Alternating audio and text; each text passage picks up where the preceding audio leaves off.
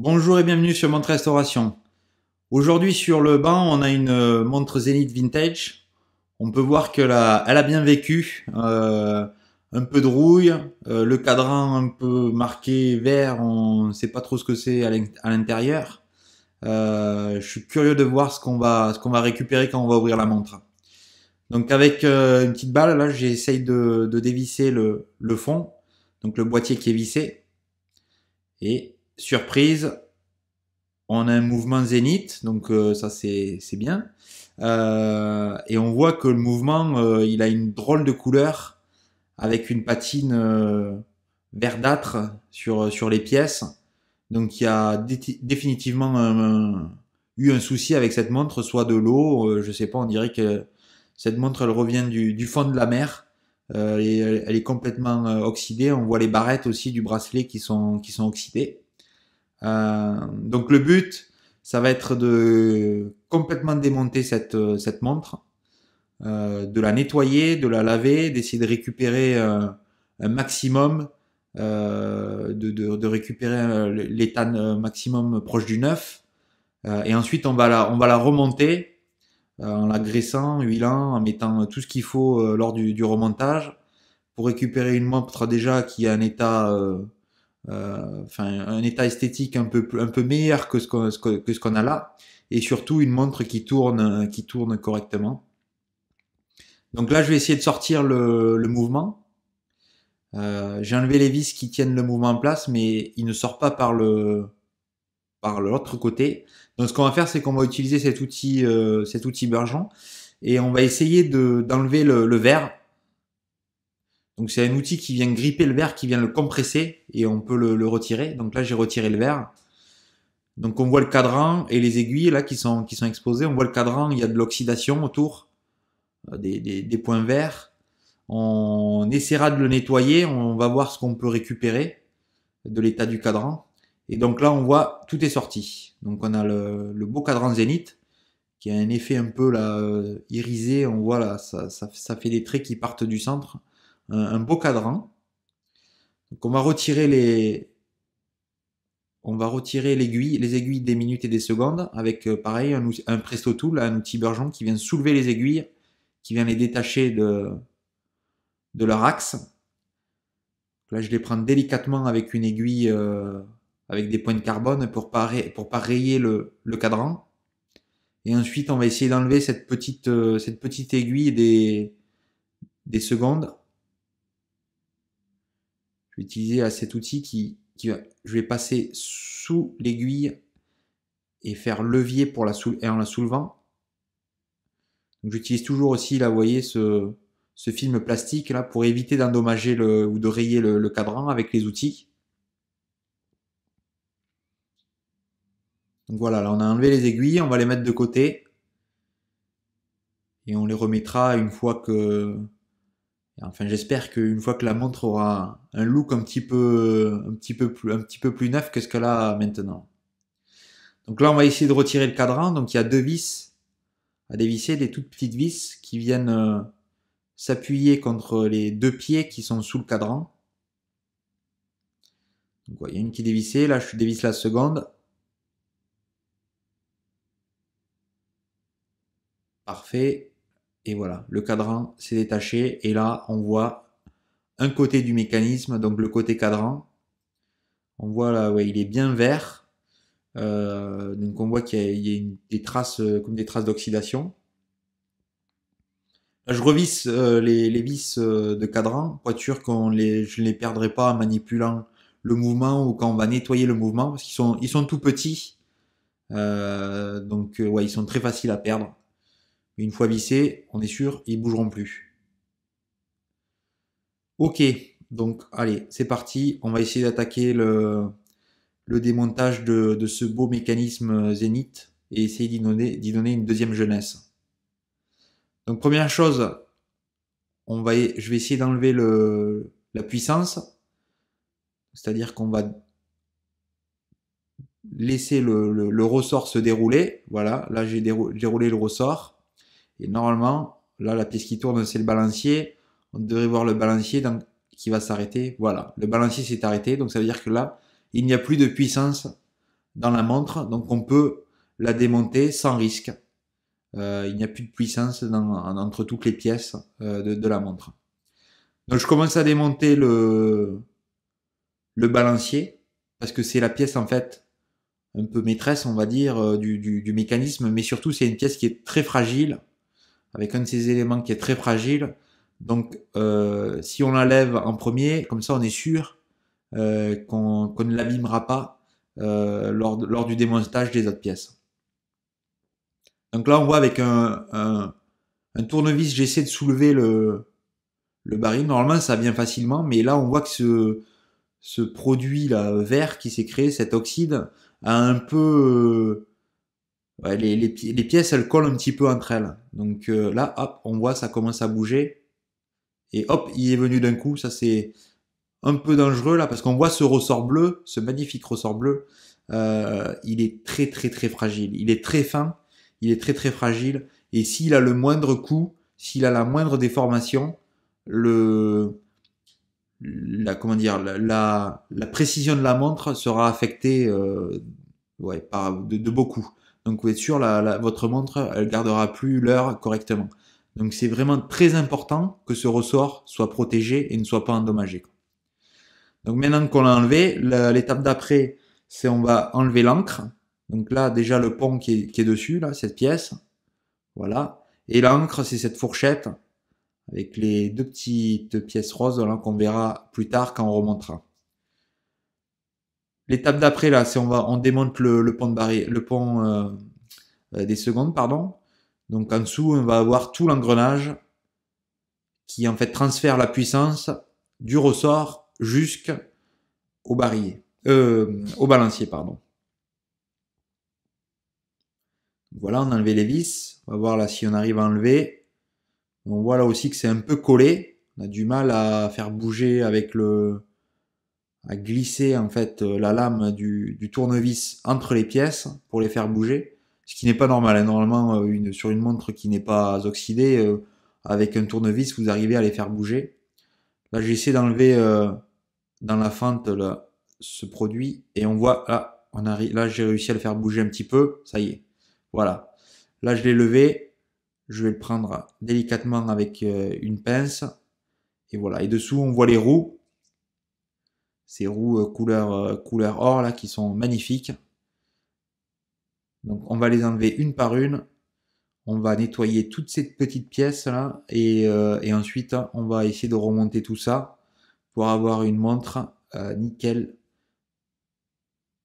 Et là, on voit, ouais, on voit cet oxyde là, ce dépôt vert un petit peu partout, même qui s'est glissé sous les ponts, sous les pièces.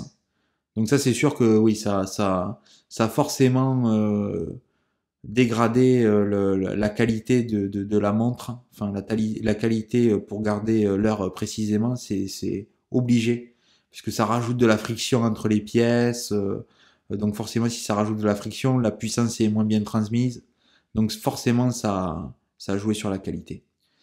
Donc voilà, on continue à démonter les pièces.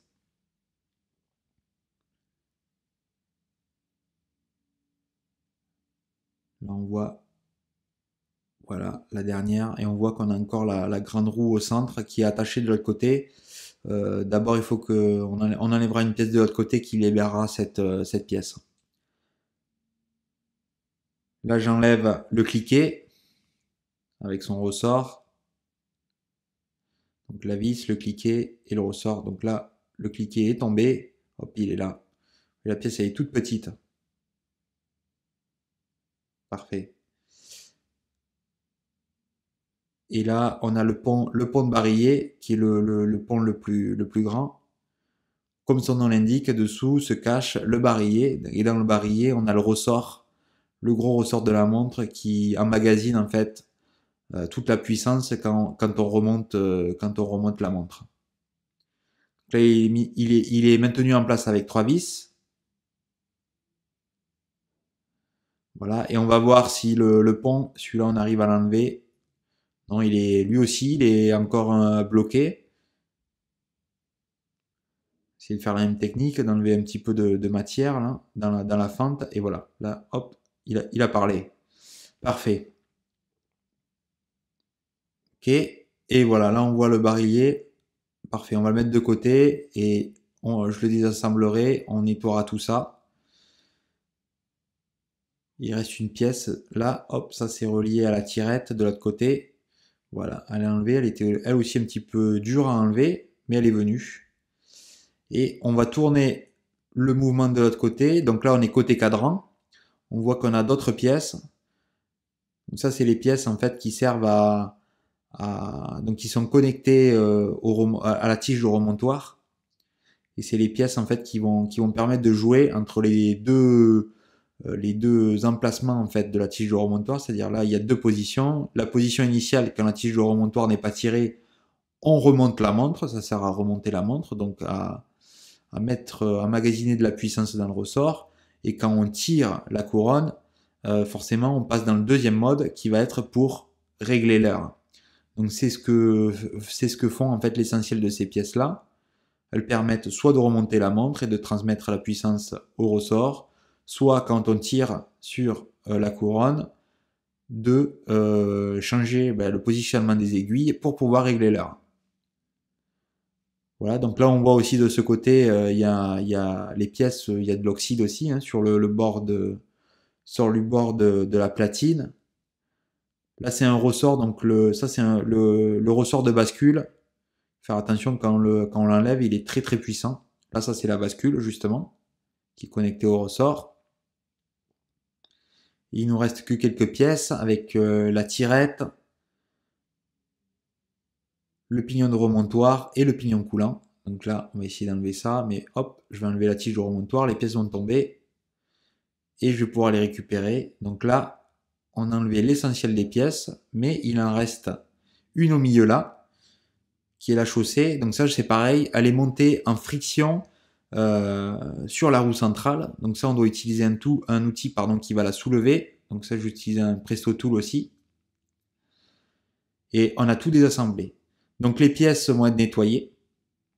Donc là, c'est ma première vidéo sur la chaîne en français. Si vous aimez ce type de vidéo, vous pouvez enregistrer, vous abonner sur la chaîne parce qu'il va y avoir, je vais mettre de plus en plus de vidéos. Si vous êtes passionné comme moi de montres vintage et de restauration, je partagerai ma passion sur la restauration des montres. Donc abonnez-vous, il va y avoir beaucoup de vidéos qui vont venir avec des mécanismes simples comme celui-là, des mécanismes un peu plus compliqués. Et puis le but c'est de partager en fait sur cette passion. Donc si vous avez des commentaires, des questions, n'hésitez pas à les mettre et j'y répondrai le plus rapidement possible. Donc là on attaque le remontage. Donc on a déjà mis le barillet avec le ressort que j'ai nettoyé. Donc vous verrez dans des vidéos futures, je vous montrerai un peu comment on démonte le barillet, comment on le nettoie et comment on remonte tout ça. Et là on va voir que sur les pièces que je vais remonter de temps en temps, on va mettre de l'huile ou de la graisse. D'accord. Donc ça c'est très important lors du remontage d'une montre. Vu que c'est de la mécanique et on a souvent des pièces qui sont en contact métal contre métal, on veut limiter la friction en fait entre les pièces parce que la friction va faire perdre de la puissance à la montre. Donc on veut limiter cette perte de puissance en limitant la friction. Et pour cela, donc on utilise plusieurs types d'huile et plusieurs types de graisse. Donc pour faire simple, on a des huiles qui sont avec des viscosités faibles, moyennes ou fortes, qu'on utilise en fait à différents endroits de la montre selon le besoin. Donc il existe en fait des règles types, on va dire des règles standards pour les mécanismes mécaniques, avec quel type d'huile ou quel type de graisse va à tel ou tel endroit. Ou sinon, les fabricants, donc là par exemple le Zenith, donc on est sur un mouvement calibre 25-31, on peut trouver aussi souvent sur internet des informations sur ces mouvements-là, avec les préconisations du fabricant qui vous dit quelle huile utiliser et à quel endroit elle doit aller. Donc là, par exemple, on voit, je suis en train de mettre de l'huile entre le pont de barillet et l'arbre de barillet qui ressort, parce que oui, le barillet va tourner, ouais, on veut limiter la friction entre ces deux pièces-là. Donc là, j'utilise une huile à viscosité moyenne. Donc j'utilise des huiles Moebius. Et c'est une huile, la 9104. Donc viscosité, on va dire une viscosité moyenne. Voilà, là je suis en train de remonter la roue de couronne. D'abord mettre les pièces qui vont avant de mettre la roue. Là on a la roue. Avant de mettre la roue comme on a fait tout à l'heure, on va mettre un petit peu d'huile. Là on voit l'huile rouge. Donc c'est pareil, c'est de la 9104. Et une fois qu'on a déposé l'huile, hop, on va venir déposer la pièce. Voilà. Et la pièce, quand elle va tourner, l'huile va se distribuer sur son point de pivot. Et la friction et l'usure aussi, donc ça c'est très important. Si vous voulez que le mouvement dure dans le temps, s'il n'y a pas d'huile, les pièces métal contre métal, ben, elles vont s'user très très rapidement. Et l'huile en fait va maintenir une durée de vie beaucoup plus longue pour le mécanisme. Et ouais, le temps le temps va être beaucoup plus précis et il va être précis plus longtemps sur votre montre. Donc là, hop, on va mettre la roue centrale. On va essayer de la mettre en position.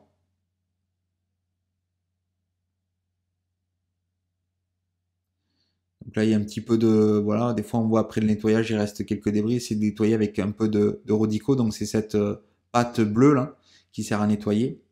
Et on voit là que là, je peux pas mettre la roue centrale. Il y a quelque chose qui va pas. J'ai mis la roue de couronne un peu trop vite.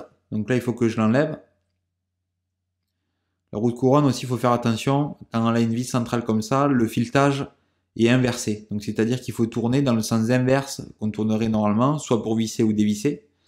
Parce que si on tourne dans le mauvais sens, et surtout qu'on force, on va abîmer le filetage et carrément déchirer le filetage. Et ça, c'est vraiment un gros problème après. Donc il faut faire très attention. Donc là, voilà, par exemple, pour visser, en fait, je vais tourner dans le sens où normalement je dévisserai pour visser la vis, parce que le filetage est inversé. Parfait, il est en place, et on voit que la roue passe bien dessous, elle ne touche pas, elle tourne, on voit quand on tourne le barillet, la roue tourne, donc parfait, là on est bon. On va continuer, l'étape d'après, ça va être d'installer le reste des roues. Donc les roues, je rappelle, c'est cette succession de roues qui va transmettre en fait le pouvoir, la puissance pardon, qui est dans le barillet jusqu'au balancier. Donc là on a la roue d'échappement qui est une roue un petit peu différente des autres. On voit là ces petits bras autour de la roue. On a ensuite la deuxième roue qui est la roue des secondes. Donc ça c'est la roue de l'autre côté, donc côté cadran. On va venir fixer l'aiguille, la petite aiguille des secondes, elle va venir se fixer directement sur le pivot, sur la tige de cette roue. Et ensuite on a la roue moyenne qui va venir faire la connexion entre la roue des secondes et la roue centrale. Donc là on doit la passer entre les deux et voilà, la mettre en position tranquillement, doucement. Voilà. Et chaque roue doit être alignée dans son point de pivot, donc dans son trou. Et on voit là ces petits points violets. Donc ça c'est les pivots ou des rubis. Donc c'est du rubis synthétique. Et les axes en fait de ces roues doivent venir dans ces trous. Donc c'est du rubis synthétique, ça a une dureté très élevée, pratiquement celle du diamant. Donc on va dire une usure qui est pratiquement nulle. Donc on est sûr que voilà, il n'y aura pas d'usure de ces pièces-là. Et donc chaque pivot des roues là qu'on vient d'installer doit tomber en haut et en bas, doit être aligné dans son trou, d'accord? Donc ça c'est une opération délicate, il faut y aller tout doucement. Donc là on voit j'ai pris une tige en plastique, là, une petite tige en plastique pour mettre un peu de pression sur le pont des secondes. Et là avec ma pince, j'essaie de placer les roues, de les bouger tout doucement jusqu'à ce qu'elles tombent dans leur trou respectif. Et une fois que c'est fait, on le sent, hein, ça y est, le pont bouge, descend, et toutes les roues, quand on va en faire tourner une, toutes les roues vont tourner parce qu'elles seront connectées les unes aux autres. Normalement, sans force, sans friction, elles vont tourner facilement. Donc c'est comme ça qu'on s'assure que tout est bien aligné. Donc là, ça demande un peu de patience, parce que on peut facilement tordre un point de pivot là, des roues, ils sont super fins. Donc si on utilise trop de force ou si on met les vis et qu'on visse et que tout n'est pas aligné, on va les plier, et une fois qu'ils sont pliés, pour les détordre, c'est très compliqué. Ou sinon, il faut carrément après changer la roue. Donc là, il faut vraiment y aller tout doucement. Donc on peut voir aussi que le mouvement, comparé quand il est sorti de la montre, hein, c'est le jour et la nuit.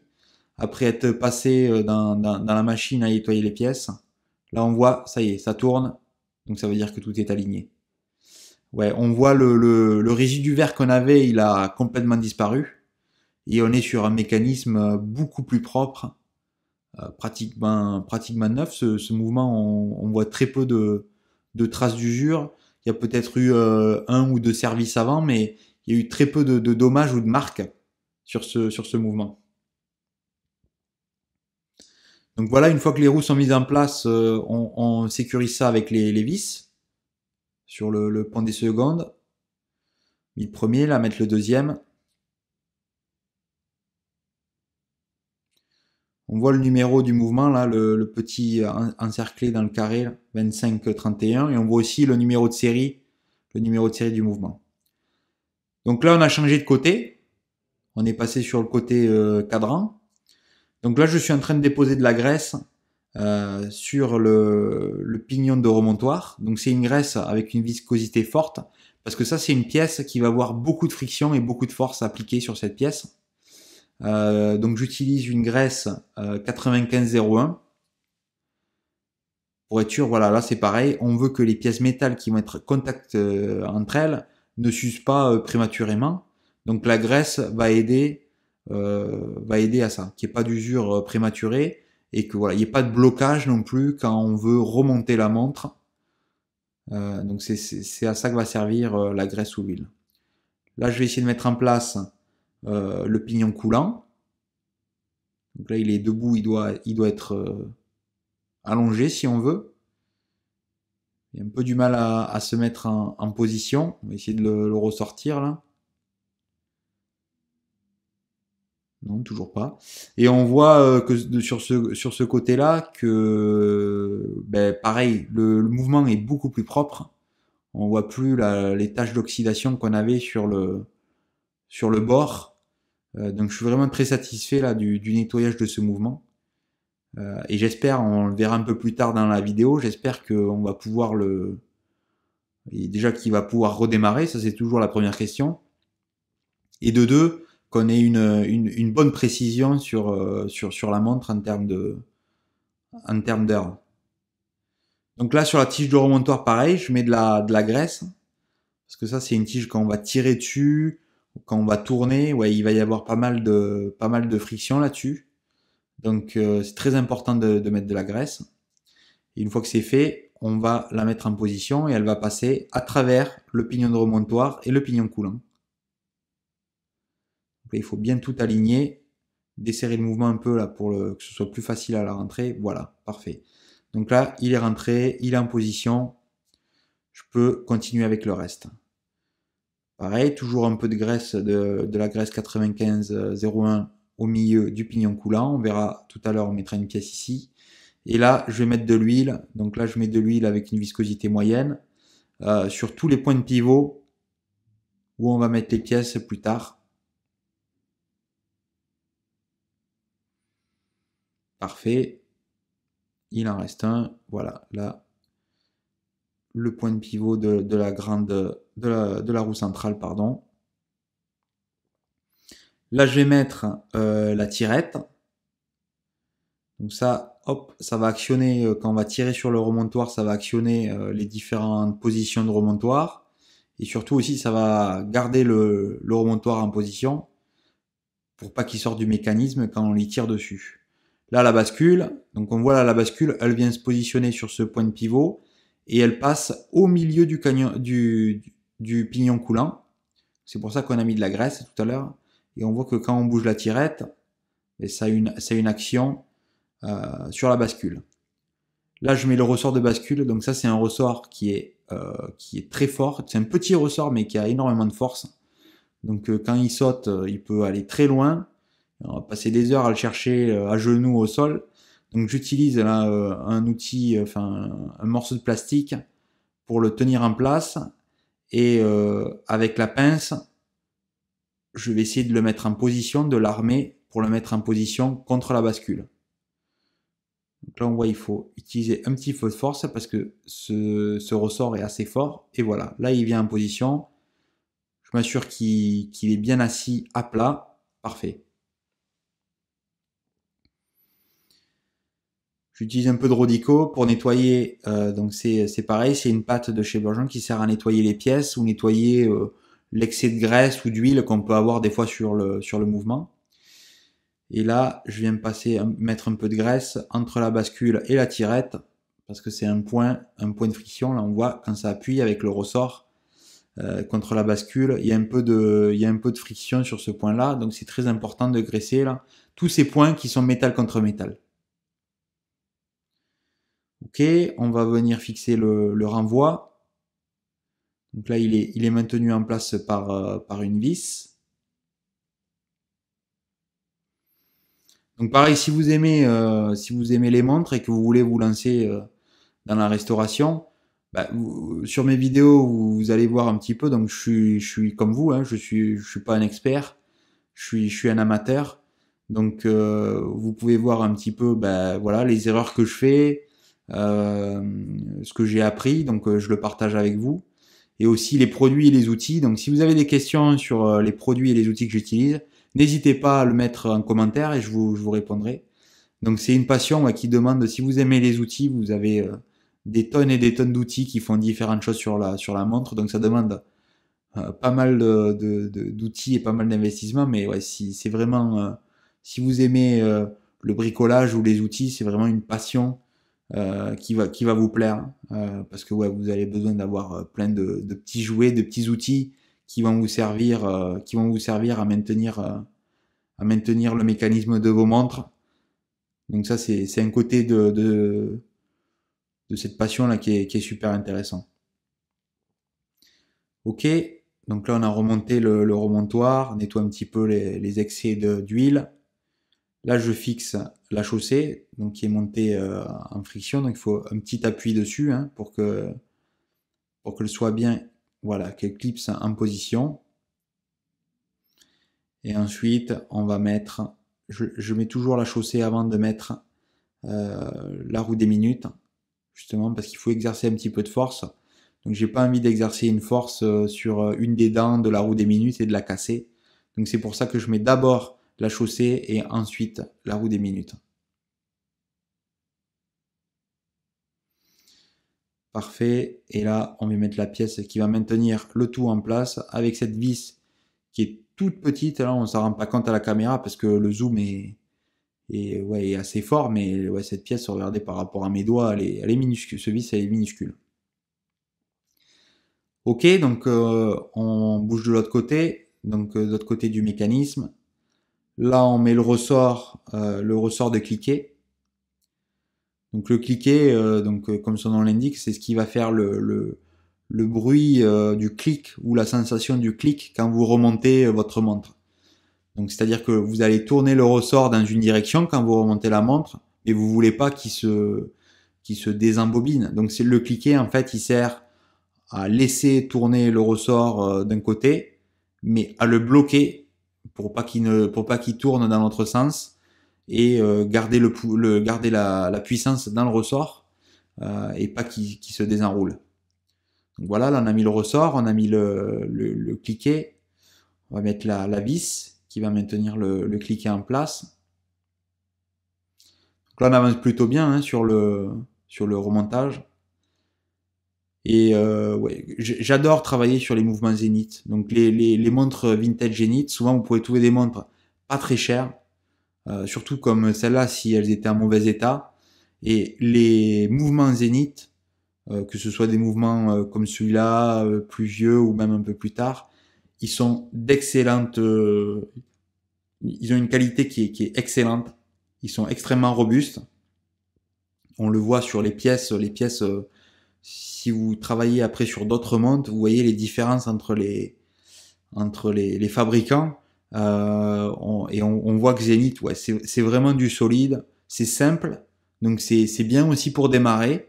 C'est des mouvements alors il y a des mouvements forcément qui sont beaucoup plus compliqués, mais sur ces montres-là, c'est des mouvements assez simples et de très bonne qualité. Donc souvent il n'y a pas de gros dégâts sur les mouvements parce que c'est des mouvements, franchement, ils ont été construits et designés comme des tanks. Enfin, ils sont super solides. Et c'est des montres, ouais, si vous les démontez, vous les nettoyez, vous les huilez, elles peuvent ouais, tenir des années et des années supplémentaires. C'est vraiment des mouvements super robustes. Donc là, j'ai plongé le balancier et l'encre dans une solution qui est une solution qui s'appelle One Deep. Donc c'est une solution essentiellement à base d'alcool qui est là pour vraiment finir le nettoyage et avoir un nettoyage super là des pièces. Donc là, je nettoyais l'encre, je le sèche avec une petite poire. Donc voilà, ça s'est évaporé de suite, il y a beaucoup d'alcool. Et on va finir de nettoyer l'encre, enfin les deux petits rubis là qui sont de chaque côté, avec un peu de Rodico. Donc c'est cette pâte encore, la bonjon qui sert à nettoyer. Pour être sûr qu'il n'ait aucune impureté, il faut qu'il y ait zéro impureté sur ces deux petites palettes là qui sont au bout de l'encre. Voilà, donc là je mets l'encre en place. J'essaie de l'aligner sur le pivot du bas. Voilà, parfait. Là, elle a l'air d'être tombée dans son trou. Et on va mettre le pont d'encre qui a un pivot aussi sur le dessus. Donc le mettre en place. Et un petit peu comme on a fait sur les roues, on va essayer d'aligner tout ça avant de visser, parce que si on visse et que c'est pas aligné, on va écraser la pièce, on va écraser les axes et la pièce sera plus ou moins morte. Donc, et souvent sur ces vieux mécanismes, il est difficile de trouver des pièces. Et si on les trouve, ça dépend quelle pièce, mais par exemple une encre, souvent c'est des pièces qui coûtent assez cher. Donc il vaut mieux éviter d'endommager les pièces quand vous faites de la maintenance sur une vieille montre. Donc il faut être très patient, très méticuleux, pas utiliser trop de force sur les pièces. C'est jamais bon parce que si il y a le moindre dérapage ou quoi, ben vous pouvez endommager une pièce très facilement. Voilà, là j'essaie, vous voyez, de la bouger pour être sûr, sentir qu'elle tombe dans le pivot du haut. Donc la pièce doit bouger de droite à gauche, mais elle ne doit pas bouger de haut en bas. Donc là, elle a l'air, là on voit, elle bouge de droite à gauche, ça a l'air plutôt pas trop mal. Et là j'ai mis un peu de puissance dans la montre et on voit, quand je la touche, clic, clic, on voit qu'elle clique de droite à gauche. Donc ça veut dire que la puissance arrive à l'encre. Donc ça c'est plutôt bon signe. Ça veut dire qu'on a réussi à avoir de la puissance qui est gardée dans le barillet et que les roues transmettent bien la puissance jusqu'à l'encre. Donc ça c'est un des premiers checks et ça c'est plutôt encourageant pour la suite. Donc là j'avais laissé le barillet dans la solution. Donc là c'est pareil. Je l'ai mis sur un papier absorbant. On va le sécher pour essayer d'enlever toutes les impuretés s'il est resté des impuretés, enlever peut-être un peu de graisse ou d'huile qui peut rester sur le barillet. Et là maintenant ça va être le moment fatidique, on va essayer de remettre le barillet dans la montre et on va voir si le mouvement veut bien démarrer. Donc ça c'est toujours un petit peu le mouvement clé lors d'un remontage d'une montre. Parce que bien sûr, il faut que la montre démarre, donc c'est-à-dire il faut que le balancier commence à battre. Donc là, j'essaie de le mettre en position. Hop, hop, et ça y est, il a déjà démarré. Parfait. J'ai même pas eu le temps d'aligner. Là, il est bien aligné. mais on voit et il bat. Et après, c'est pareil, quand vous avez l'habitude de travailler sur des montres, là, on voit qu'il bat avec une amplitude importante, il bat correctement. Donc ça, c'est plutôt un bon signe pour après voir si le mouvement, on va voir si la montre, en effet, peut garder un temps précis ou pas.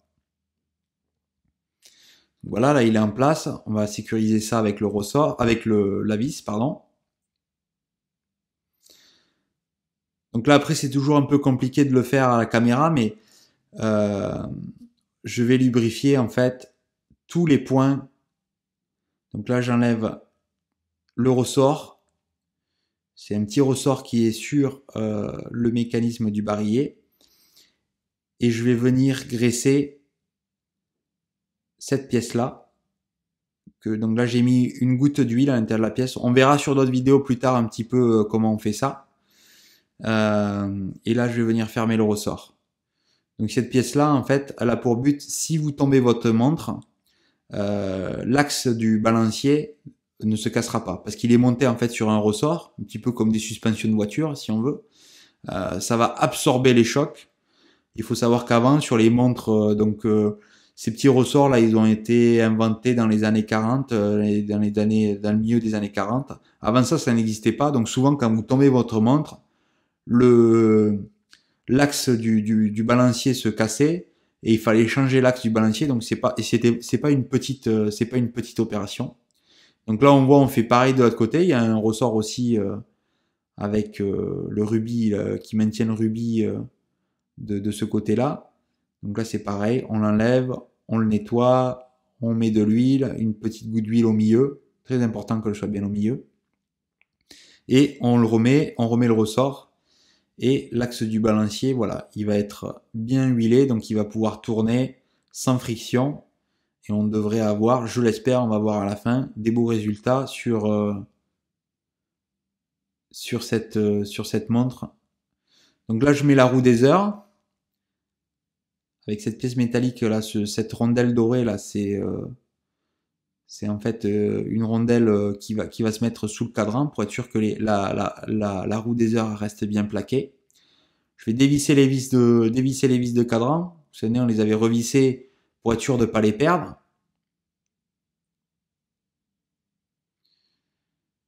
Et on va remettre le cadran en place sur le mécanisme.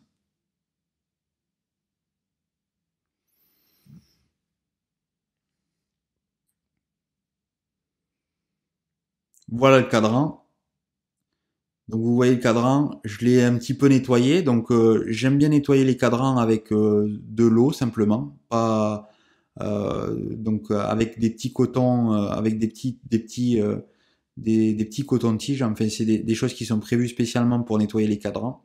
Et on voit j'ai réussi à quand même enlever un maximum du verre. Donc tout n'est pas parti, mais enlever un maximum. Mais après, c'est pareil sur les montres vintage, j'aime bien garder quand même un petit peu de patine ou un petit peu de l'histoire de la montre. Donc c'est pareil souvent sur les cadrans ou sur les boîtiers, je les restaure pas comme neufs ou essayer de les restaurer comme neufs parce que voilà, c'est des montres vintage, ça garde aussi un petit peu de charme d'avoir des rayures, des défauts, de la patine. Mais là, on voit que le cadran, oui, il est beaucoup plus propre que ce qu'on avait au début.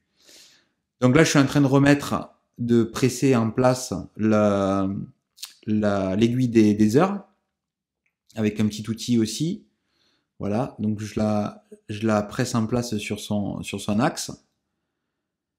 Là, je vais l'aligner à minuit. Voilà. Et là, maintenant, ce qu'on va mettre, hop, on va mettre l'aiguille des minutes, pardon. Et elle aussi, on va l'aligner à minuit pour être sûr que voilà, les deux aiguilles soient bien alignées pour tout ce qui est changement d'heure, qu'il n'y ait pas de décalage entre l'aiguille des heures et des minutes. Donc là, c'est pareil, avec l'outil, on va la presser, on va y appuyer dessus pour la mettre en place tranquillement.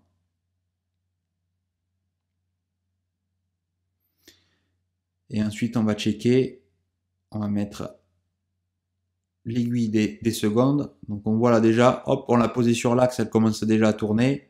Et pareil, on va lui mettre une petite pression, une légère pression dessus pour qu'elle soit bien engagée sur son axe. Voilà. Et là, on va faire tourner les aiguilles, voir si tout tourne bien, si les aiguilles se touchent pas entre elles. Voilà, là on voit à 6 heures, par exemple, l'heure elle est parfaitement sur 6 et l'aiguille elle est parfaitement sur minuit. Donc ça c'est parfait. Voilà, sur 11 heures et à minuit. Voilà, les aiguilles sont parfaitement alignées. Tout est aligné. J'enlève, j'appuie sur cette petite pièce pour enlever la tige de remontoir. Et là maintenant on va pouvoir positionner le cadran et le mécanisme dans son boîtier. Donc le boîtier c'est pareil, je l'ai nettoyé, les boîtiers je les nettoie dans une machine à ultrasons. Donc on voit il reste quelques petits points un peu de rouille où la rouille a un petit peu attaqué l'acier.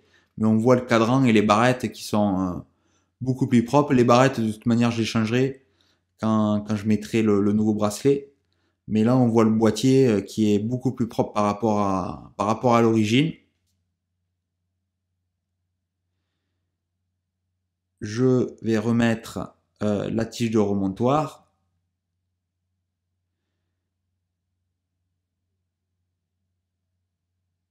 Parfait. Et il reste plus qu'à mettre le cristal dessus.